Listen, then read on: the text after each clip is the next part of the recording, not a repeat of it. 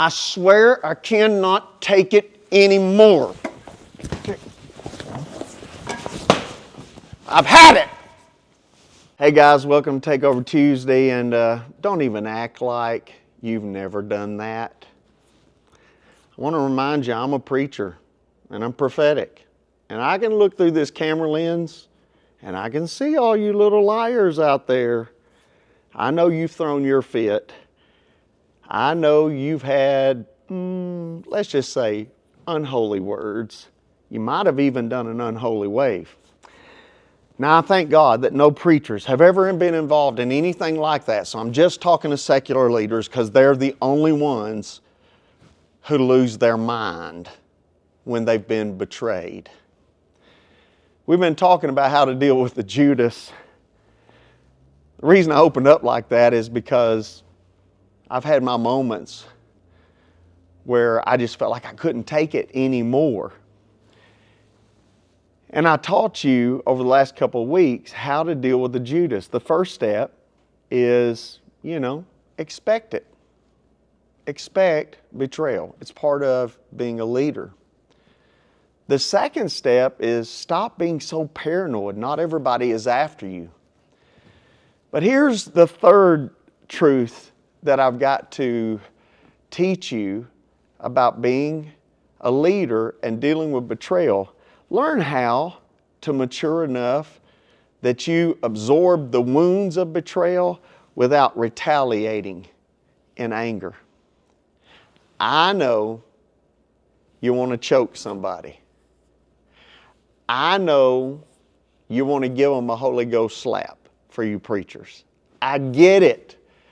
I have 36 years. This is a secret. Lean in. Lean in. I have 36 years of pastoral frustration. I could go off the edge at any moment, just like a lot of you have. But you know what I've learned?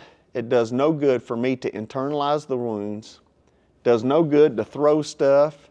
Does no good to scream and yell and holler and get mad and act like a fool.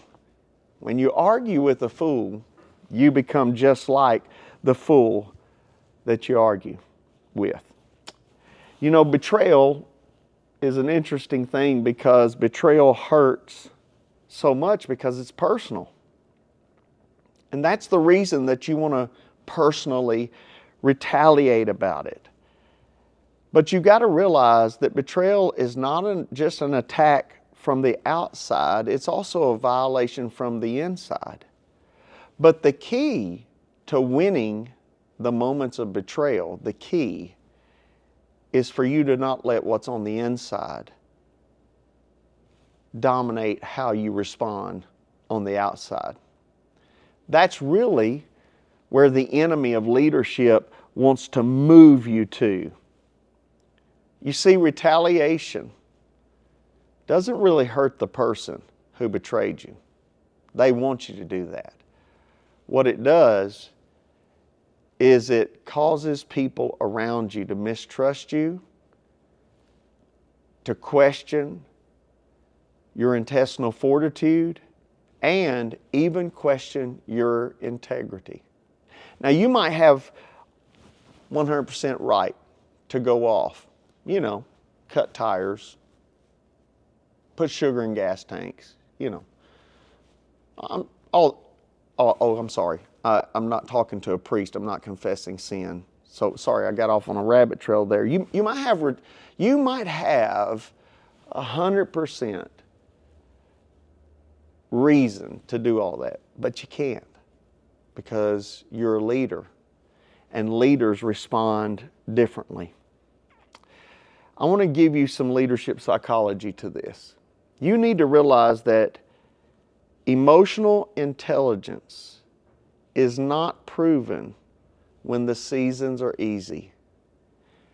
Your emotional intelligence is really tested when the seasons are difficult, especially with something as personal as betrayal. So let me give you a little bit of wisdom, practical wisdom, that the Lord's taught me about this part right here.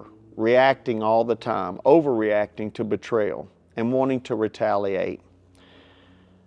Number one, you need to build a healthy outlet for yourself for processing unhealthy stuff that's trying to happen to you. Now, I don't know what that means for you. It could be riding a motorcycle, it could be going fishing, be going camping, maybe you need to take a walk, maybe it's an electric bike ride. I don't know what that means for you. But find a healthy outlet. Number two, find somebody you can talk to. Sometimes it helps tremendously just to be able to share a frustration with a friend that you know is not going to react with you. The third thing I want to tell you is leader, listen. Especially those of you in church leadership. But this goes for everybody. Forgive others as you ask God to forgive your trespasses. Holding that resentment in is not going to hurt them, but it will kill you. So I want to leave you with this statement today, and I want you to listen to me. Every leader, listen to me.